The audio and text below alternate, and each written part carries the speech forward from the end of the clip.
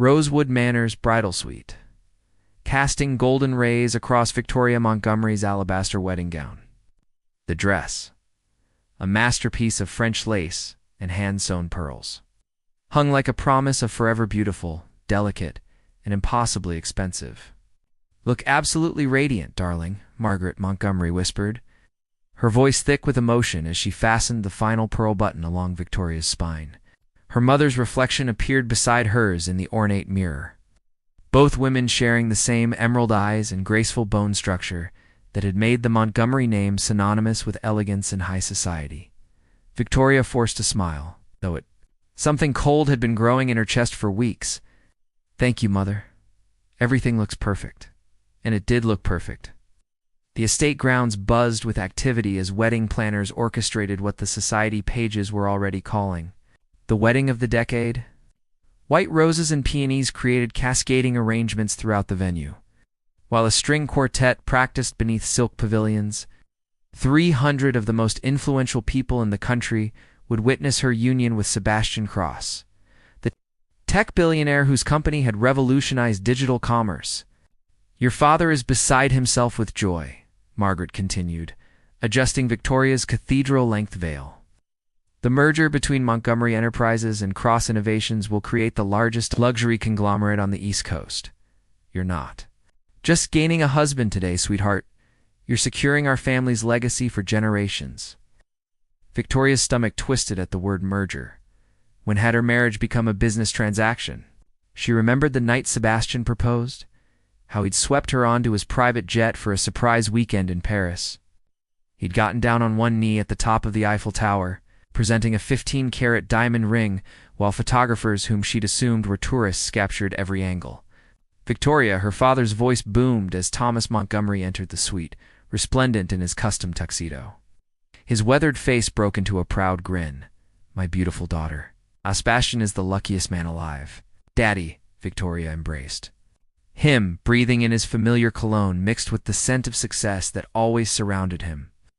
Thomas had built Montgomery Enterprises from nothing, transforming a small import business into a luxury empire spanning fashion, jewelry, and real estate. "I have something for you," Thomas said, producing an antique jewelry box. Inside lay a sapphire necklace that had belonged to Victoria's grandmother, something blue, as tradition demands. "Your grandmother wore this when she married your grandfather, and look how happy they were for 57 years. As her father fastened the necklace, Victoria caught her reflection again. She looked like a princess from a fairy tale, every detail orchestrated to perfection. But fairy tales, she was beginning to realize, were often built on illusions. "The guests are arriving," Margaret announced, peering through the window. "I can see the governor's limousine. And is that the French ambassador? Sebastian certainly knows how to make a statement." Victoria watched as luxury cars wound up the estate's circular drive. Society photographers lined the entrance, their cameras ready to capture every moment of what would undoubtedly be front page news. She recognized many faces, business titans, celebrities. Politicians all gathered to witness her binding herself to a man who, despite 6 months of courtship, remained largely a mystery. Sebastian was charming, certainly. Devastatingly handsome with his dark hair and steel blue eyes. He was brilliant in business, commanding in social situations, and generous with expensive gifts. But Victoria realized she knew very little about his dreams, his fears, or what made him laugh when no cameras were present. 5 minutes, Miss Montgomery, called Elena Vasquez, the wedding planner, through the door. "The processional begins shortly."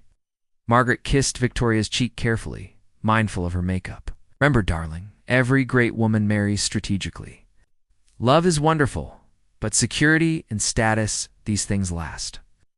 As her parents left to take their seats, Victoria stood alone in the opulent suite, surrounded by the trappings of wealth and expectation. Through the window, she could see Sebastian near the altar, looking impossibly handsome in his custom tuxedo, greeting guests with that practiced smile that had graced countless magazine covers. This was supposed to be the happiest day of her life. So why did she feel like she was preparing for her own execution? Part 2. Cracks in the Foundation. Olivia Chen burst through the bridal suite door like a whirlwind of seafoam chiffon, and barely contained energy. Victoria's best friend since boarding school radiated the kind of genuine warmth that made her the perfect counterbalance to Victoria's more reserved nature. "Okay, bride-to-be, let's talk," Olivia announced, closing the door firmly behind her and leaning against it with dramatic flair. "You look absolutely stunning, but you also look like you're about to throw up." "Spill." Victoria turned from the mirror, grateful to see her friend's familiar face. Olivia was the one person who could read her like an open book, who remembered.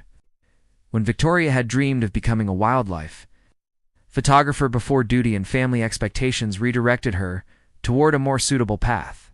"I'm fine, Liv. Just pre-wedding jitters," Victoria said, but her voice lacked conviction.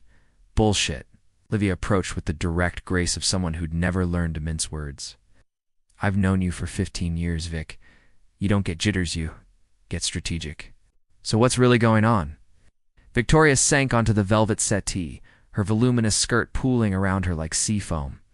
"Do you ever feel like you're living someone else's life?" "Every day at my corporate law job," Olivia replied, settling beside her friend. "But we're not talking about me. We're talking about why you look like you're marching toward a guillotine instead of the altar." Before Victoria could respond, voices drifted through the slightly open window, Sebastian's voice among them. Both women froze, listening. "The preparations are flawless," came James Cross's voice, Sebastian's business partner and closest friend. "Though I still think you're moving too fast with this whole marriage thing." "Timing is everything in business, James," Sebastian replied, his tone carrying that calculating edge Victoria had begun to notice more frequently. "The Montgomery connection opens doors that money alone can't buy. Thomas has relationships spanning 3 decades of international commerce." Victoria's blood chilled. Olivia's hand found hers, squeezing tightly, and "Victoria," James pressed. "She's not exactly the social butterfly type. Bit too independent, if you ask me. Not like Rebecca." At the mention of that name, Victoria felt something crack inside her chest. Rebecca Sterling, Sebastian's former assistant, who'd recently been promoted to International Relations Coordinator, a position that seemed to require extensive private meetings and frequent travel with Sebastian. "Victoria serves her purpose," Sebastian said dismissively. "She's intelligent enough not to embarrass me, beautiful enough to photograph well, and connected enough to matter. As for Rebecca, well, a man has needs that don't always align with business necessities." The words hit Victoria like physical blows. Olivia's grip on her hand tightened to the point of pain, but Victoria barely noticed. She felt detached from her body, watching this moment unfold as if observing someone else's life imploding. "You're playing a dangerous game," James warned. "If Victoria ever found out, she won't," Sebastian cut him off with cold confidence. "Victoria Montgomery has been groomed her entire life to be the perfect society wife." Just smile, host. "Dinner parties, and look beautiful on my arm." "She understands her role. And after the merger is finalized," James asked, "then I'll have everything I need from the Montgomery name." "What happens after that? ... Well, we'll see." The voices faded as the men moved away, leaving behind a silence so complete that Victoria could hear her own heartbeat thundering in her ears. "Vic," Olivia whispered, her voice breaking. "I'm so sorry." Victoria stood mechanically, walking to the mirror. Her reflection stared back, perfect makeup, perfect hair, perfect dress. The perfect facade for a perfectly orchestrated lie. "How long do you think it's been going on?" Victoria asked, surprised by how steady her voice sounded. "Does it matter?" Olivia stood, moving to block the door. "What matters is what you do now. We can walk out of here right now. The car's in the back parking lot. We can be in the city. In 2 hours, and you never have to see him again." Victoria touched the sapphire necklace at her throat, her grandmother's necklace, worn by a woman who'd known real love for 57 years. The irony felt like a knife twist. "There are 300 people out there," Victoria said quietly. "The media, the photographers, both our families' reputations. ... Fuck their reputations," Olivia said fiercely. "What about your life? What about your happiness?" Through the window, Victoria could see guests taking their seats, the string quartet. Beginning the prelude, Sebastian stood at the altar.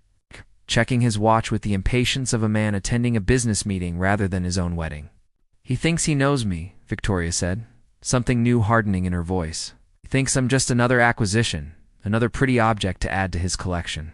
"Prove him wrong," Olivia urged. "Show him exactly who Victoria Montgomery really is." For the first time that day, Victoria smiled, and it wasn't the practiced, demure smile she'd perfected for society pages. This smile had teeth. "You know what, Liv? I think I will." Victoria's hands remained steady as she applied one final coat of lipstick, a bold red that suddenly felt like war paint. The sounds of the wedding ceremony preparation drifted through the manor, chairs scraping against marble, soft murmur of gathering guests, and the gentle strains of a harp-playing Pachelbel's canon. The processional begins in 60 seconds. Miss Montgomery Elena Vasquez called through the door, her voice tight with the precision that had made her the most sought-after wedding planner on the East Coast. "Almost ready," Victoria replied, her voice carrying a calm that surprised even her. Olivia paced near the window, her maid of honor bouquet trembling in her grip. "Are you sure about this?" "We could still, I'm sure." Victoria turned from the HLL. Mira and Olivia was struck by the transformation. Gone was the uncertain bride from moments before. In her place stood a woman with steel in her spine and fire in her emerald eyes. A soft knock interrupted them. "Victoria, darling?" Father William's gentle voice came through the door. "Might I have a word before we begin?" Victoria opened the door to find the elderly priest who'd baptized her as a baby. His kind eyes crinkled with warmth, though she detected a hint of concern beneath his ceremonial composure.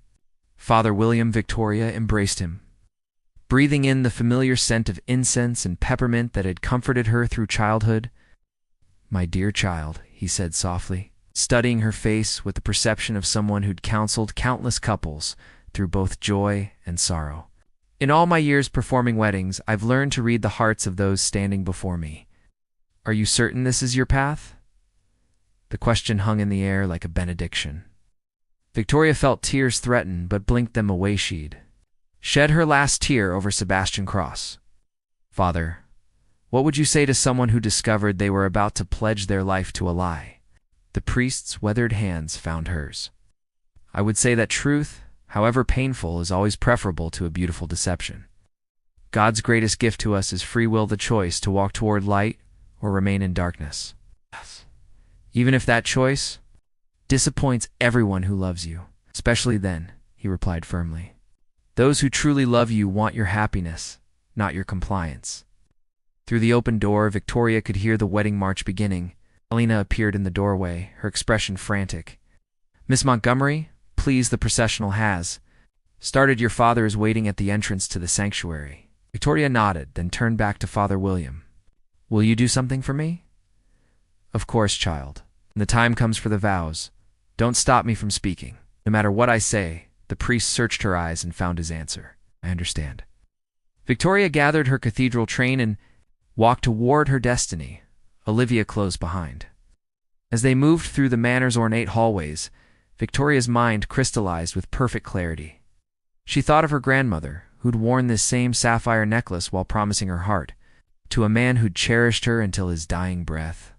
She thought of all the women in her family who'd married for duty rather than love, who'd smiled through decades of quiet desperation. The great doors to the ceremony space opened, revealing a sea of expectant faces bathed in golden afternoon light. 300 guests rose in unison, their attention focused entirely on her. Cameras flashed like stars, capturing what they believed would be a fairy tale moment. Thomas Montgomery waited at the entrance, magnificent in his formal attire, his face glowing with paternal pride. "My beautiful daughter," he whispered as she took his arm. "Are you ready?" "More than ready, Daddy." No? They began the long walk down the petal-strewn aisle. Victoria saw everything with hyper-clarity, her mother dabbing at her eyes with a lace handkerchief, business associates nodding approvingly, society matrons whispering behind their programs. The floral arrangements were perfect, the lighting ethereal, setting absolutely magical. And there at the end of the aisle stood Sebastian Cross. He looked every inch the romantic hero, tall, devastatingly handsome, his steel blue eyes fixed. on her with what the photographers would later describe as adoring intensity. Smile was the one that had graced magazine covers and charmed world leaders. To everyone watching, he appeared to be a man deeply in love, barely able to contain his joy at seeing his bride approach. Victoria knew better. As she drew closer, she caught a subtle movement in the crowd, near the back, partially hidden behind a marble column stood a woman with platinum blonde hair and a figure-hugging navy dress. Rebecca Sterling. Sebastian's international relations coordinator had positioned herself where she could watch the proceedings while remaining largely unnoticed. Their eyes met for just a moment, and Victoria saw something flicker across Rebecca's face. Was it guilt? Triumph? Pity? Didn't matter. What mattered was that Sebastian had brought his mistress to watch him marry another woman. Who gives this woman to be married to this man? Father William's voice rang out clear and strong. Her mother and I do, Thomas replied, kissing Victoria's cheek before placing her hand in Sebastian's. Sebastian's fingers were warm and steady, his touch sending no electric thrill through her as it once had. Now she felt only the cold calculation behind his perfect facade. Dearly beloved Father William began, his words carrying across the hushed sanctuary. We are gathered here today to witness and celebrate the union of Victoria Montgomery and Sebastian Cross in holy matrimony. Victoria barely heard the traditional opening words.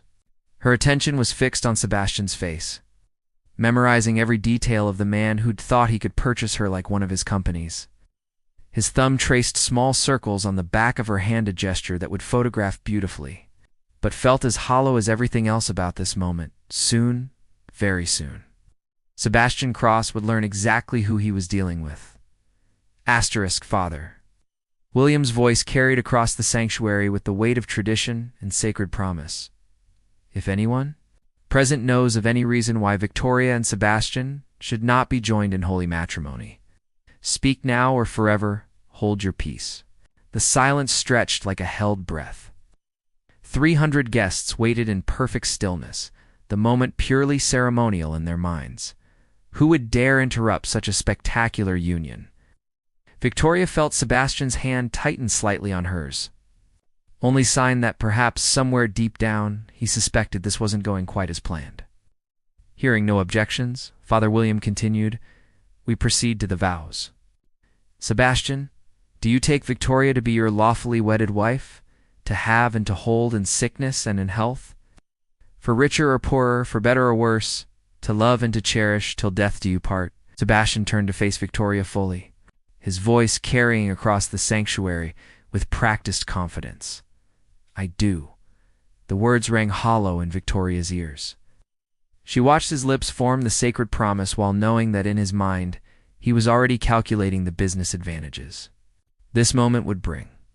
Victoria, Father William said gently, his eyes holding hers with understanding. Do you take Sebastian to be your lawfully wedded husband, to have and to hold, in sickness and in health, for richer or poorer, for better or worse, to love and to cherish, till death do you part? The sanctuary held its breath, cameras focused with laser precision. Margaret Montgomery dabbed at her eyes with her handkerchief. Thomas beamed with patriarchal pride. Sebastian's smile widened slightly, anticipating her acquiescence. Victoria looked out at the sea of faces, powerful people, wealthy people, people who'd shaped industries and influenced governments. She saw Rebecca Sterling near the back, watching with barely concealed tension. She saw Olivia in the front row, her bouquet gripped so tightly her knuckles had gone white. Actually, Victoria said clearly, her voice carrying to every corner of the sanctuary, I'd like to say something first. A ripple of confusion moved through the crowd. Sebastian's smile faltered slightly, but he maintained his composure after all. Brides sometimes got emotional during ceremonies. Victoria, he murmured, leaning closer. Perhaps we should know, she said firmly, stepping back from him. The voice grew stronger, more commanding. I think everyone here deserves to hear what I have to say. Father William, remembering her earlier request, made no move to stop her. Marcus Reed, the lead photographer, continued shooting. Yes. Professional instincts telling him that whatever was happening was going to be front-page news. Ladies and gentlemen, Victoria began, her voice carrying the authority of someone who'd been raised to command attention in society's highest circles. "Thank you all for being here today to witness what was supposed to be the beginning of my marriage to Sebastian Cross." Murmurs began to rise from the crowd. Sebastian's face had gone very still, his business-strained mind finally registering that something was seriously wrong. Asterisk. "Victoria," he said quietly, urgently, "what are you doing?" She turned to look at him directly, and he saw something in her emerald eyes that made his blood run cold. She knew. "I'm being honest," she replied simply. Then, turning back to the crowd, she continued, "You see, just a few minutes ago, I learned something fascinating about my intended husband." The murmurs grew louder. Elena Vasquez looked like she might faint. Thomas Montgomery was half freezing from his seat, his face up, mask of confusion and growing alarm. "I discovered that, to Sebastian, I'm not a woman he loves or a partner he chose."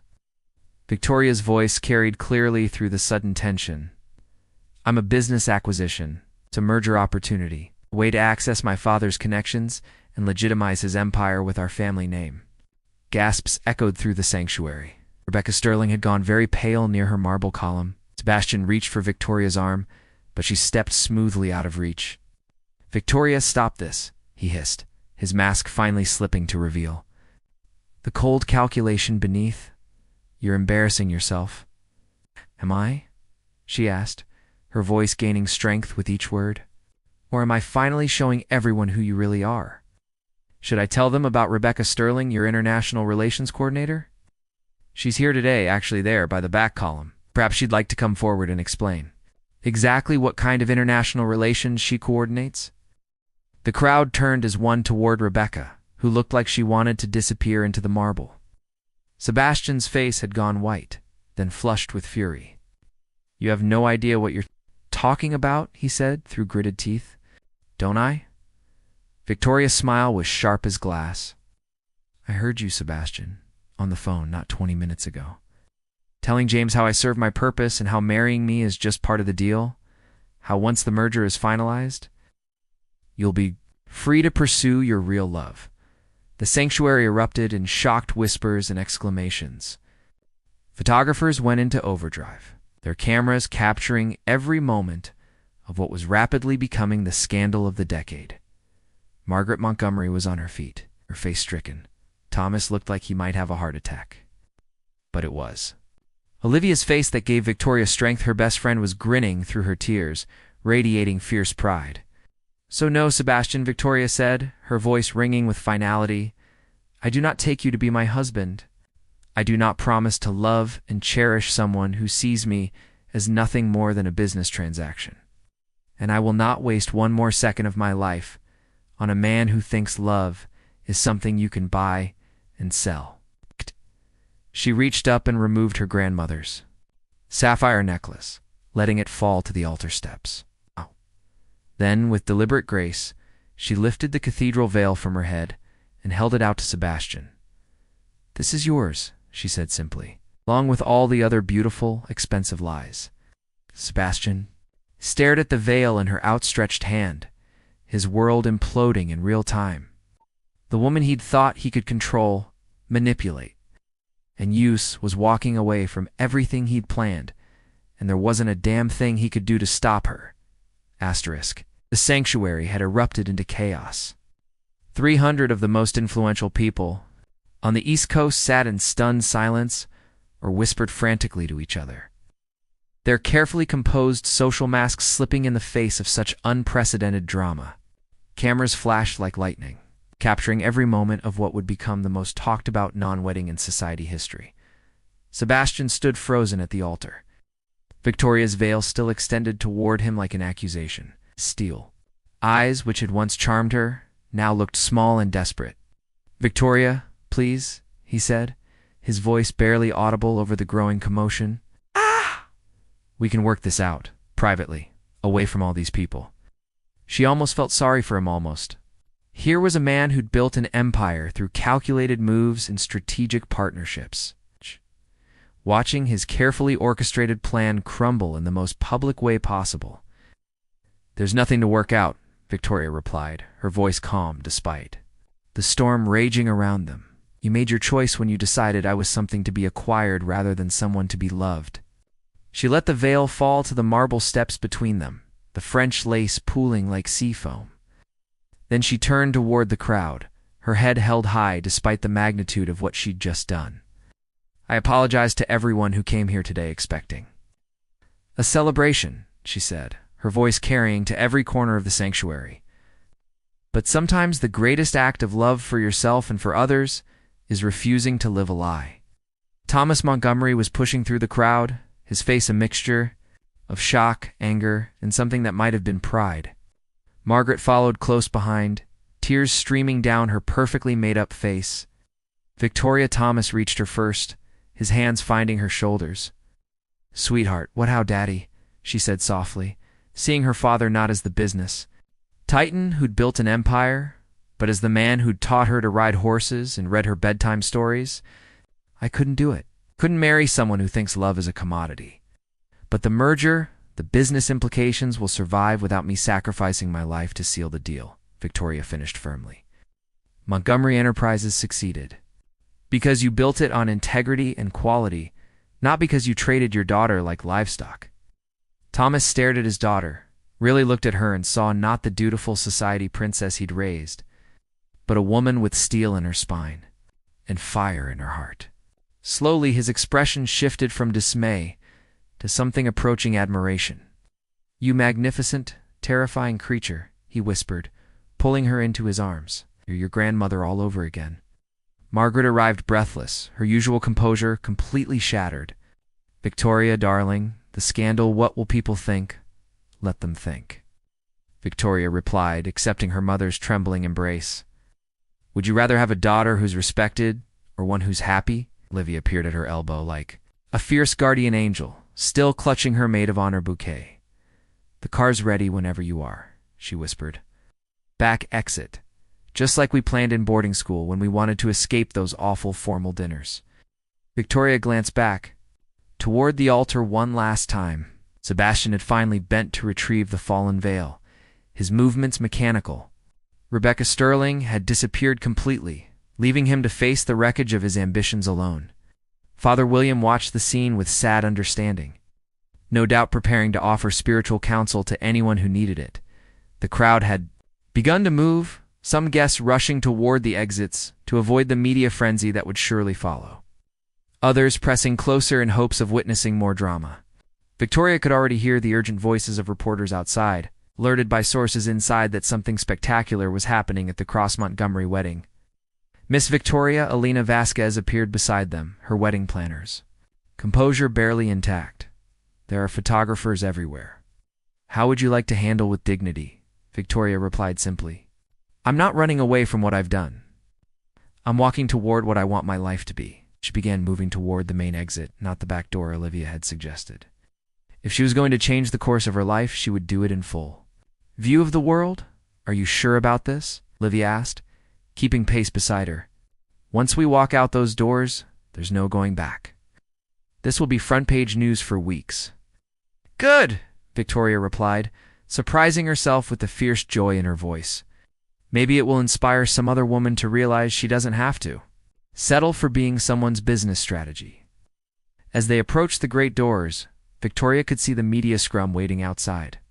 News vans lined the circular drive, their satellite dishes reaching toward the sky like mechanical flowers. Reporters thrust microphones toward anyone who emerged, hungry for details about the most sensational wedding disaster in recent memory. Victoria paused at the threshold, looking back one final time at the ornate sanctuary where she'd almost pledged her life to a lie. The flowers were still perfect, the lighting still ethereal, the setting still magical. But now she understood that true magic came from authentic choices, not expensive staging. "Ready?" Olivia asked softly. Victoria straightened her shoulders, lifted her chin, and stepped out into the afternoon sunlight. Camera flashes exploded around them like stars, and reporters shouted questions she had no intention of answering. But for the first time in months, perhaps years, she felt completely, authentically herself. She was Victoria Montgomery, not someone's acquisition or a merger opportunity. She was a woman who'd chosen truth over comfort, authenticity over approval, and freedom over the golden cage of a loveless marriage. And as she walked toward Olivia's car and whatever came next, she realized that sometimes the best weddings were the ones that never happened at all. Behind her, Sebastian Cross stood alone at an altar surrounded by wilted promises and broken dreams, learning too late that some things like genuine love and authentic partnership could never be bought. No matter how much money you had to spend,